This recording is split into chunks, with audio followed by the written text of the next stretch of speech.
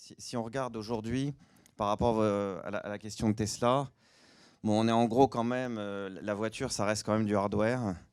Mais demain, la part du software, ça sera plutôt 40%, et voire sur certains véhicules, plus de 50%.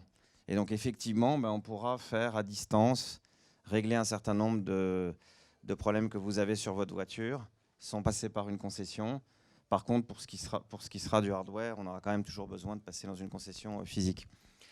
Alors après, ce qui est intéressant, c'est quand on regarde le partage de la valeur, on voit que les gens qui vont fournir du hardware, ça sera de plus en plus une commodité, donc ça sera difficile de faire des marges dessus.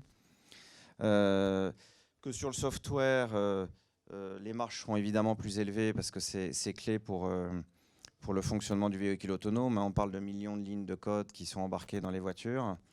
Mais par contre, la valeur, elle sera au niveau des gens qui fourniront le contenu et une expérience à l'intérieur du véhicule, parce qu'à partir du moment où pendant un temps suffisamment long, le conducteur il est déchargé de la charge de conduite, il peut faire autre chose, et là il va valoriser ce qu'il peut faire dans le véhicule en toute sécurité.